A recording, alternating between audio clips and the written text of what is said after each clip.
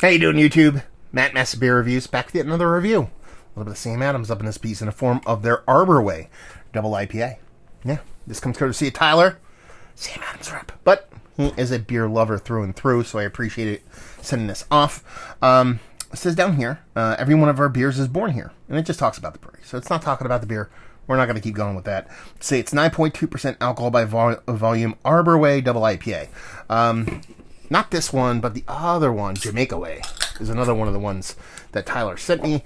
I said, oh, what's it made with Jamaica Way hops? Haha, as a joke, because I didn't know what Jamaica Way was. And I assume it's part of a street thing in Boston, Jamaica Way. Part of the Big Dig, I think somebody mentioned in one of the comments.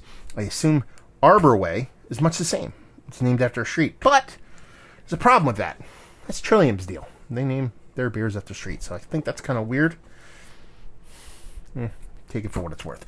Label-wise, it's aight. Nothing too crazy. Sam Adams. Typically what they do with these, what do they call them? Brewery-only release. Don't hate it.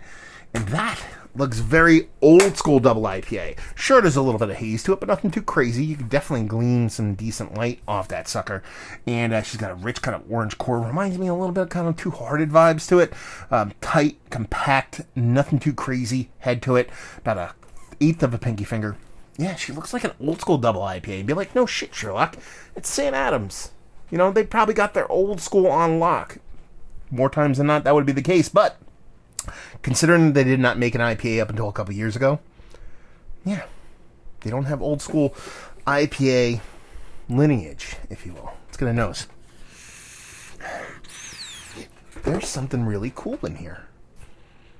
What is that? What is that? It's that minty thing that I talk about, but it's different than all the other ones. It's not a grassy minty. It's not like a eucalyptus minty. It's that evaporative kind of vapor rubby thing. But some kind of... Oh, it's going to drive me insane. It's not lemongrass, but I want to say lemongrass. Very unique nose on this. Not something that I'm quite used to. And it's oddly enough, maybe... just kind of leaning placebo effect, but you look at this can, it's kind of that lemon lime kind of thing. I guess it kind of goes that way. It's like a sweetened, sugary lemon lime, kind of Vicks Vapor Rubby, eucalyptus-y thing going on. I don't know. I think it's cool. It doesn't smell like a double IPA. There's sweetness there, there's a little touch of bittering, but it has that vibrant kind of minty effervescence. You think of like essential oils when they have someone has one of those mister things, and put some lemon lime mistiness with some eucalyptus in there. That's kind of what I'm getting without the medicinal portion of the show. I'm really curious to see what this tastes like. Cheers.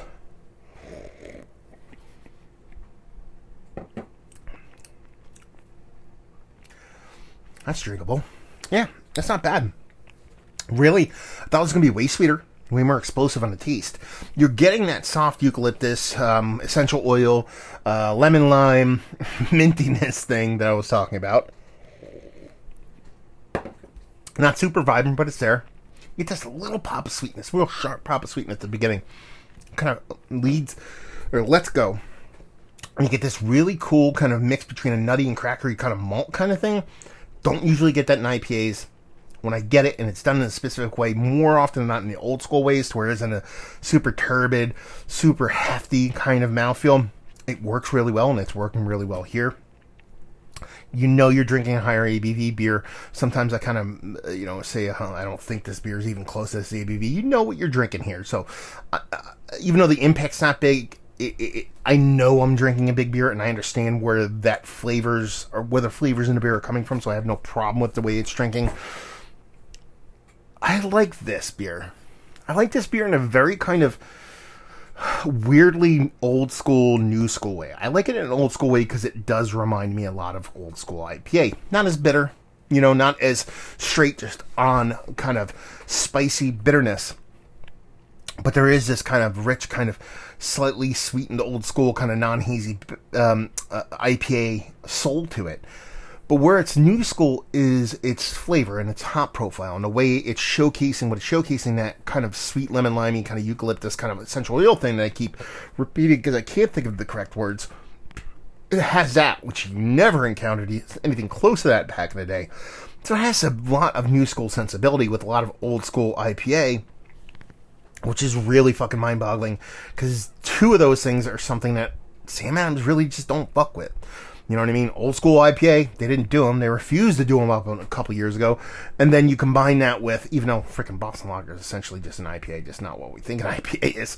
But, you know, IPL, I guess you'd say.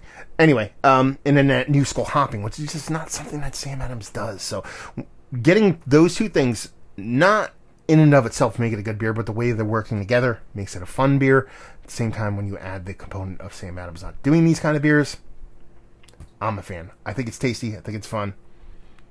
Done and done. So let's talk about it. Is it one of the better double IPAs I've had as of late? Yeah.